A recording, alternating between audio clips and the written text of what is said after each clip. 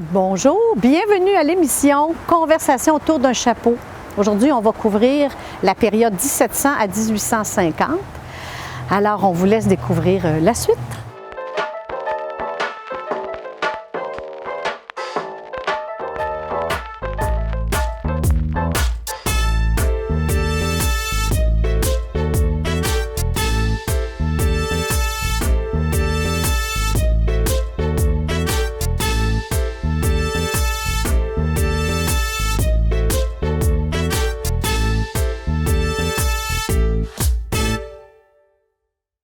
Madame, Monsieur, bienvenue à cette conversation autour d'un chapeau. Mon nom est Robert Simard, je suis historien et aujourd'hui, je suis en compagnie de Suzanne Gagnon-Chapelière. Tout à fait. Dans le rôle de Elissa Hastings Baron, je suis l'épouse du lieutenant-colonel Thomas Baron. Je suis née en 1786 et nous sommes les premiers Écossais à s'être établis à la chute. Alors, les vêtements que je porte, ça venait de l'Écosse, c'était des tissus, des broderies. Alors, c'était assez sobre quand même, mais chic aussi. Et toi, Robert, ton personnage? Et moi, c'est tout un aventurier. Thomas Keynes a fait la guerre de 1812 contre les États-Unis. Il était un soldat britannique, à bord d'un grand bateau, un grand navire. Ils ont attaqué par le Potomac la ville de Washington. Et lui, il a participé à l'incendie de la Maison-Blanche. Alors, quand ils sont arrivés là, les soldats ont débarqué. Ils sont entrés à l'intérieur de la résidence présidentielle qui était à Washington à ce moment-là. Et puis, ils se sont rendus compte que tout avait été mis sur la table, des services, des couverts étaient là, en argent sterling et tout ça, comme s'il y avait un immense banquet. Alors, tout le monde s'était sauvé parce que, évidemment, c'était la guerre. Et là, ils en ont profité pour ramasser quelques petits souvenirs de guerre. On parle de coutellerie, de choses comme ça, d'un petit cabinet de médecine. Par la suite, Thomas Keynes a reçu de la part du gouvernement britannique des terres dans le canton de Grenville. Alors, il s'est établi à Grenville, sur le bord de la rivière Kingsley, avec son frère George. Ils ont construit un moulin assis. Et puis, ils ont occupé les terres de la couronne en montant vers le nord, jusque dans Harrington. Ils ont bûché le bois et tout ça. Et là, 2 générations plus tard, son petit-fils, Archibald Keynes, à un moment donné, il se rend compte que, écoute, on a ça dans les souvenirs familiaux, de l'argent sterling, un cabinet de médecine qui appartenait à l'époque, à la Maison-Blanche. Il a décidé d'appeler, du moins d'écrire au départ, parce qu'il s'écrivait à ce moment-là, il écrit à Franklin Delano Roosevelt, le président des États-Unis, en 1939, juste avant la Deuxième Guerre mondiale, et il est allé remettre en main propre au président des États-Unis les objets que son grand-père avait pris au moment de la guerre de 1812. Alors, c'est toute une histoire. Et Robert, parle-moi de mon époux, lieutenant-colonel Thomas Baron. Thomas Baron, parce que, tu sais, on a tendance des fois, nous, les Français, à dire Baron, mais c'est vraiment Baron. Baron. Il venait de l'Écosse, du Moyshire en Écosse, et puis Thomas Baron est arrivé ici, c'est considéré comme étant un des premiers Écossais à débarquer à la chute. Quand il est arrivé ici, on sait que la colonie, elle périclitait. On sentait que les gens qui vivaient ici, qui étaient des Américains d'origine, avaient un peu de difficulté à cultiver la terre. C'était pas vraiment des bons fermiers, c'était des bons bûcheurs de bois. Ils savaient comment faire de l'argent parce qu'ils vendaient le bois qu'ils avaient bûché, ils avaient brûlé le bois, ils avaient transformé ça en potasse. La potasse servait pour fabriquer du savon, mais elle servait aussi, surtout, pour fabriquer de la poudre à canon. On est en temps de guerre. Il y a le blocus napoléonien du côté de l'Europe. L'Angleterre a besoin de poudre à canon. Alors, Thomas Baron débarque ici. Lui, on peut le dire que si Jedediah Lane était le premier propriétaire, Thomas Baron a été le premier à vraiment faire fructifier ses terres ici à la chute. Il y avait une terre sur le bord de la rivière du Nord. Juste aujourd'hui, ce qu'on considère le parc Barron. Le parc Barron, sa résidence était construite là-dessus et il possédait des terres. Il était agent de terre pour le seigneur. Ensuite de ça, il a possédé des terres dans tous les cantons autour. C'était un homme impliqué. L'autre chose, Thomas Baron, on va le voir plus tard dans une autre émission, lui, il a participé à la rébellion de 1837-1838. Alors, ton mari, il était un homme très occupé. Notable, parce qu'il est devenu notaire aussi. Donc, et de là, cet habillement aussi qui va lui être prêté. Mon mari, Thomas, tellement occupé que nous n'avons pas eu d'enfant.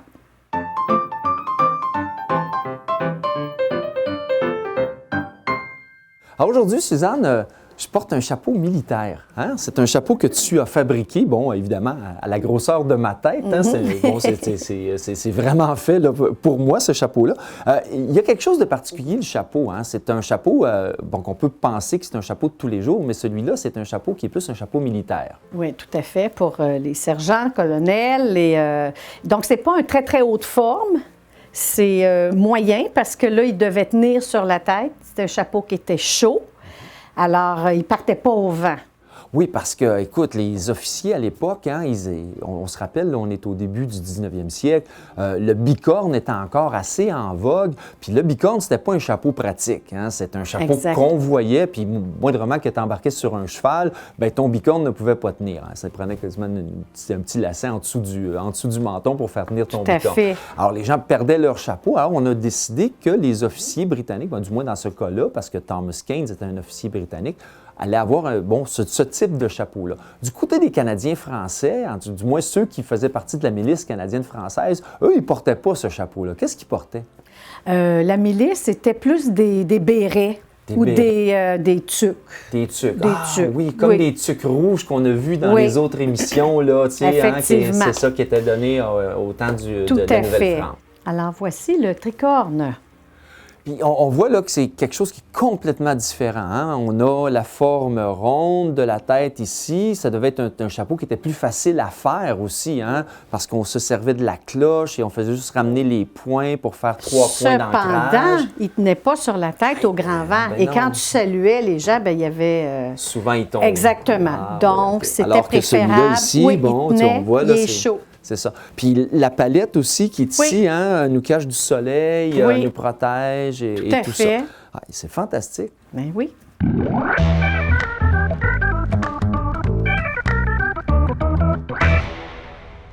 Alors, Suzanne, on se retrouve au début du 19e siècle, là, dans cette période faste de la guerre de 1812-1814. On sait que la colonie britannique d'Amérique du Nord est en guerre avec les États-Unis.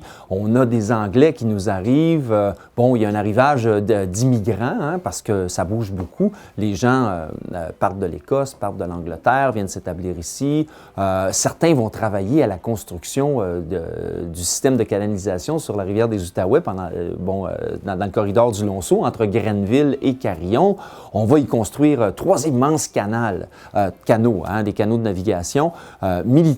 Hein. Tout ce système-là d'écluses, de canaux, ça a été construit, en fait, pour protéger l'intérieur de la colonie contre une autre invasion des Britanniques. À Montréal, à ce moment-là, arrive un personnage qui s'appelle Abner Bagg. Abner Bagg était chapelier. En fond, c'est un des premiers chapeliers qui s'installe à Montréal et qui ouvre une petite manufacture. Hein. On est entre 1813 et 1819. Puis nous, bon, évidemment, les historiens, on est toujours chanceux parce qu'on a, découvert, moi, ce sont les gens du musée McCord, qui ont découvert un livre de contes qui date de cette période-là et qui nous explique exactement comment ça se passait chez le chapelier Abner Bagg. Peux-tu nous raconter un peu comment c'était dans un atelier? Du moins, tu sais, on en rentre le matin, on travaille. Comment ça se passait? Tu avais peut-être une dizaine de salles différentes parce qu'il y a plusieurs étapes pour faire le chapeau. Et il y avait une douzaine d'employés par salle. Donc, mais ces gens-là, comment est-ce qu'ils étaient rémunérés? C'est qu'on dormait sur place. Alors, le contremaître, les contremaîtres étaient aussi engagés pour enseigner aux apprentis. Et ils étaient logés, nourris, blanchis qu'on appelle et tout.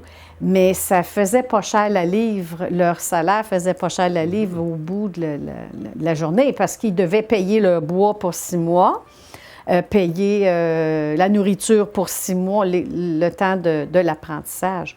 Alors, on a vu les livres de gage, les premiers livres, là, c'était assez minime comme salaire. Quand tu dis qu'ils payaient leur bois, c'était le bois pour l'hiver, là, pour chauffer l'intérieur. Leur pièce où ils travaillaient. Okay. Exact. Et puis là, chacun avait un rôle particulier dans l'usine, c'est-à-dire est-ce que la personne participait à toutes les étapes de production ou chacun avait son étape de production? Chacun avait son étape de production. Cependant, quand il y a des étapes, disons, de séchage, bien, à un moment donné, les gens vont aller aider les autres. OK. Alors, ils vont se partager ça. Mais normalement, chaque personne est spécialisée dans son domaine, Fait que idéalement. Pour bien comprendre, là, quand on parle du travail en usine, tu parles d'apprentis, ça veut dire qu'il y avait des compagnons. Les compagnons étaient ce qu'on considère des artisans, là, des maîtres du métier. Oui, exactement. Okay, il y avait des maîtres du métier qui enseignaient, effectivement. Juste question de faire en sorte qu'on ait toujours de la relève. Oui, tout à fait. Et puis, comme on a vu dans les émissions avant, le travail de chapelier, c'était quand même un travail qui était à risque, là. Oui, tout à fait, tout à fait. C'était à risque. Ne serait-ce à cause des contaminants là, qu'on peut avoir. Oui, hein, les contaminants, c'était plus dans la portion du moulage après, parce qu'il y a énormément d'étapes. Alors, ils mettaient, on en a parlé dans la dernière émission, je crois, on a parlé de... Le secrétage. Le secrétage. Oui, c'est ça, on le a parlé, c'est ça, oui. le secrétage. Ouais, où là, il y avait une mixture là, qui était à base oui, les acides. Alors, ils ne vivaient pas très vieux. Ils ne vivaient pas très vieux. Puis, une des belles étapes que j'aimerais vous parler, c'est que la première étape, en fait, tu avais 2 tables de bois qui étaient inclinées. Et un gros chaudron d'eau très bouillante avec de la lie de vin. De la lie de vin? Oui, ça devait sentir, ça devait avoir une odeur, hein? Oui, il va avoir, oui, parce qu'on prenait la fourrure, on la pesait, hein, chaque chapeau a son poids de fourrure.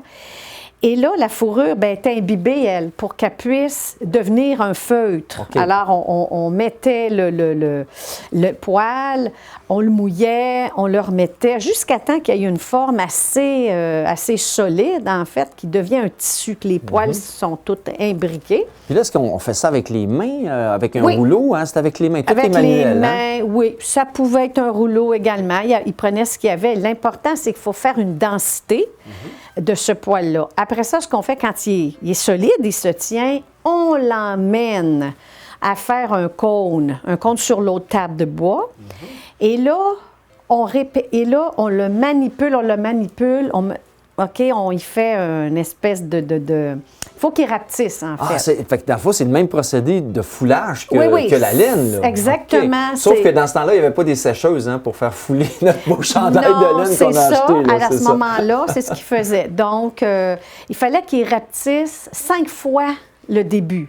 Wow. Le début, quand ils ont commencé à le faire. Donc, c'était 5 fois. Il retournait à l'eau, le remettait sur l'autre table. Comme c'était incliné, l'eau retournait. Donc, puis il pressait. Alors, c'est sûr que là, ça devenait très dense, ça faisait un cône. C'est ce qui fait qu'on considère des fois le chapeau un peu comme, on dit qu'il est imperméable à cause de la densité. Exactement. Hein, c'est ça, ça c'était les premières étapes. C'était le foulage, C'était le foulage, OK. Parce qu'il y a beaucoup d'autres étapes après. Tu sais, si mettons, là, on prend un matériel qui est un peu rough, là, un peu cru, là, dru, là, tu sais. Oui. Puis ensuite de ça, on veut y donner un peu de dorure. Comment ça se faisait, la dorure, là, tu sais, pour que le chapeau ait l'air, un peu plus riche? Là. C'était à ce moment-là une technique. On remettait des poils doux qu'on insérait en tapotant avec une brosse. En tout cas, ce qu'on faisait, ce qui était important, c'est qu'on voulait remettre du poil dessus parce que comme c'était très dru, comme tu mentionnes, et ça, c'est une étape qui est très longue, là. Okay. Hein, la dorure, là, c'est une étape qui n'était pas toujours... exceptionnel. C'était pour les gens... C'est pas quelque chose... On faisait pas ça tout le temps, là? Non, c'était... C'est vraiment pour des chapeaux... bourgeoisie, pour la haute bourgeoisie, des chapeaux particuliers. C'est ça. Est-ce qu'on pense que le chapeau militaire avait des dorures ou c'est un chapeau qui était... Dépendamment du rang du militaire. OK, parfait. Exactement, c'est ça. Eh bien, merci Suzanne, on a appris plein de choses aujourd'hui. Alors, Suzanne, en terminant cette émission-là, juste avant de passer à notre fameuse expression sur le chapeau, qui termine toujours nos émissions, ton personnage, Eliza Hastings, sa mémoire est conservée dans la ville de La Chute, hein, puis les gens empruntent une rue qui s'appelle Élisabeth. Cette rue-là, qui est dans le quartier tout près de l'école Saint-Alexandre, est en mémoire du personnage que tu as joué. Tout comme son mari, Thomas Barron, a plusieurs rues, hein, la rue Thomas, la rue Barron, qui sont une artère, des artères quand même assez principales là, dans la ville de La Chute. Alors, les gens ont quand même reconnu cette présence-là de ces gens-là qui ont colonisé notre territoire. Alors, si on y va pour notre expression sur le chapeau, Suzanne? Tirer son chapeau. Ça ne veut pas dire de le lancer, là. Ah non? Non. Ça veut dire, c'était rendre hommage à la personne qu'on côtoyait. On lui disait bonjour. Alors, le geste, Monsieur Robert. Alors, je te tire mon chapeau. Voilà. Merci à tous d'avoir participé à l'émission Conversation autour d'un chapeau. La semaine prochaine, on a d'autres personnages pour vous.